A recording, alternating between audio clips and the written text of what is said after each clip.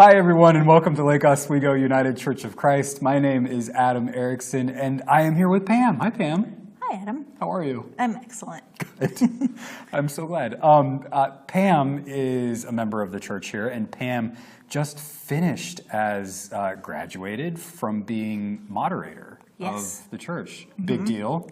A big deal. It was fun. It was a busy year with the social justice and sabbatical and the election. Lots going on. Yeah. It was a fun year to be moderator. It was. Good. Yeah. You enjoyed it? I enjoyed it very much. Awesome. I would do it again. Yeah. I highly recommend it. Oh, good. Awesome. You've been on council for many years. Yeah, 6 or 7. Okay. And so I feel like it's going to be very strange because I'm no longer going to be on council. I'm still going to be on worship and other things, but it's the first year I won't be on council. Yeah. Which frees me up to maybe do other things like emerge and social justice stuff. There you go. I like it. Well, thank you for all of your work the last 6 or 7 years. And thank you. Yeah, it's awesome. So I wanted to ask Pam 3 questions. First, Pam, what was church like for you growing up?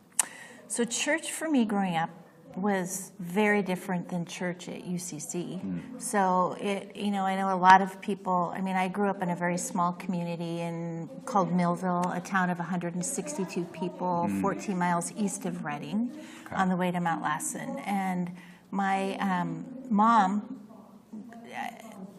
grew up Methodist, but knew that it was important, especially for my grandma, that we go to church. So she would drop us off. We would drive to Palisadro, a few miles away, and she would drop us off at the non-denominational church. I can't remember the name of it now, but would drop us off. And so your mom grew up Methodist, but no longer went to church, but thought that church was important for her children, so she would just drop you off. She would just drop us off there. And then go to Starbucks or something. Just go back home and then come back a couple hours and pick us up. But now she's part of our church, which is great. Oh, okay. So she's a member of our church, and which is wonderful. And so it was interesting as a small child to grow up in a church, and the older people just took us under their wings. And primarily it was my 2 brothers and my younger sister and I, and my older brother and I are the ones that really stayed with it. And I remember looking at hymns and not knowing how to read them. Like there are 3 lines, but they're not reading those words. They're very tricky. Because we didn't have any music program at my school. So just figuring out all those kind of life lessons, and then we had church camp, and which they were just in the process of building the cabins and adding the cabins, and so we started pretty young in the early phases of it, and I loved it so much. We would do youth retreats there, and then every summer it was Mountain Meadows up by Mount Lassen, and I got saved there many, many times because I did not want to go to hell. But that was okay. I just wanted to make sure every time that I would go up and be saved. I got baptized in Bailey Creek in the water. So so Camp Adams is very fun because I'm involved in Camp Adams and directing this year, and it's a very different experience at Camp Adams, but it's still the magic of camp. You are very involved in Camp Adams. You just got done teaching this last week, and you're going to be directing the Taller and Smaller, and then this year I'm directing the Discoverers, the 4th and 5th grade camp, and my daughter Hannah, which I forced her to go to camp as a kid because she didn't want to go. I'm like, oh no, we go to camp in our family. And now she's a lifer, so she was on staff, and now she is a counselor at the high school camp and a director at the middle school Sojourners camp. So they have to put up with the Rossio girls 4 weeks at Camp Adams. I'm sure that they love it. I'm sure they love it. That's fantastic. So there was a real sense of community at your childhood church. These older members, you say, just kind of took you in. They took us in. I remember Mrs. Tuttle. We didn't have a lot of money and to pay for camp. She would do certain things, like there were green stamps in those days. And then, so we would save our green stamps and turn them into her, and she would give us money for every book that we got to help pay for our camp. And and I only had 11 kids in my class. There were 100 kids in the school. And for most of the time, I was the tallest, well, it's just 7th and 8th grade. I was the tallest person in the school because I'm 6 feet tall. I wasn't quite that tall then, including all the teachers. Wow. but I had 11 kids, and probably 3/4 of them went to my church too. I mean, it was a little church, but it's just what you did. You went to church. And, but my younger siblings didn't enjoy it as much as my older brother and I did. And they didn't go to church. And I always thought, well, that's interesting because they got into a lot of trouble when they were teenagers. But Ron and I didn't because we had the church. And the fear of hell. Yes, they did not. That's good. So what does faith mean to you today? So faith to me is, just the community and God and God's love and God's grace. And I just can't imagine living in the world without a faith in a higher being, and that God is not just in Christianity. I mean, I really believe that we all worship the same God. We all have the different tribes and the same God. And I love the connection with the MET, the Muslim Education Trust, and our Baha'i friends. And my grandfather was Baha'i. And so I want to explore that a little bit more. But he was Catholic, but then he turned Baha'i and ran a camp. And he had a heart attack, actually, at this camp. So camps are in my psyche. Yeah. So, but anyway, faith, it's just amazing. And then my husband died of pancreatic cancer 6.5 years ago. And so really I can't imagine going through something like that without some kind of faith and without our church's support. And without Jenny was incredible. And we kind of have this huge connection because of it. And when I was sitting at his service, his memorial service, which he was a teacher too, so there were about 750 people, and we did it at the downtown church because we knew it wouldn't be big enough here.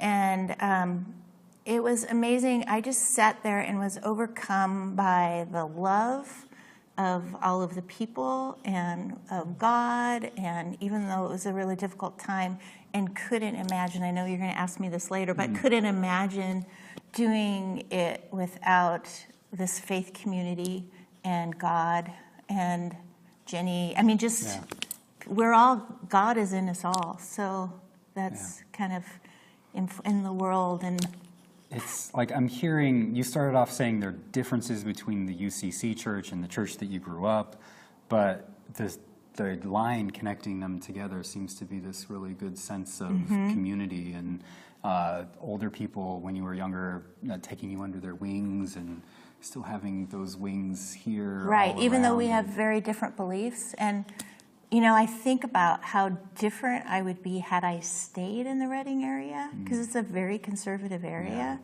And I had wanted to get a teaching job up in Wairika. That would have been very different. So thank you, God, for leading me elsewhere. It's had a different vision for me. Well, and part of that different vision I'm hearing is moving from like a fear, hell-based to a love, to a God of grace, and love for all people. I like it. That's awesome. So what does this community mean to you? Wow, this community, I can't imagine life without it. When people's like, oh, we go to church. And I remember, so when Rob and I first got married, he was Presbyterian and I was more non-denominational, and we hadn't gone to church for a little bit, but we started going because our friend Nan and Bill, they went to St. Mark. So we went to St. Mark as Presbyterian, and we had a wonderful minister, and they were the More Light, which is opening and affirming. And that was great, but overall Presbyterian wasn't. And then we were also during we were both teachers and having to fight for school funding and marching and the anti-gay stuff, and it was like just too much. And so we discovered UCC. Like, I didn't know about UCC. And so we came and visited here, and it was like, these are my people. This is what I believe. I mean, and so to be part of a community that you still are fighting for justice, but that it's a part of overall what UCC believes, so proud to be UCC. So, and I love, oh my gosh, you know, raising girls and when they're not so lovable, and then people that see them in ways that you can't see them I mean, you love them, but you don't like them sometimes. But people at church remind you that they're amazing and they're likable. Yes. So, and to not having grandparents around, I mean, we have multi-ages, but to have these older people, like grandparents, because my mom and dad were 8 hours away and Rob's parents were away too. So they just had this, you know, like my little small community in Millville, we have it here, which I really, really like. It's an awesome thing. It's an awesome thing. Yes, so. and you are such an important part of it and have been so welcoming to me and my family and reminding me that your family. Your that kids are my kids are lovable. likable too. They're very likable. Yes. Yeah. You have a special relationship with my daughter.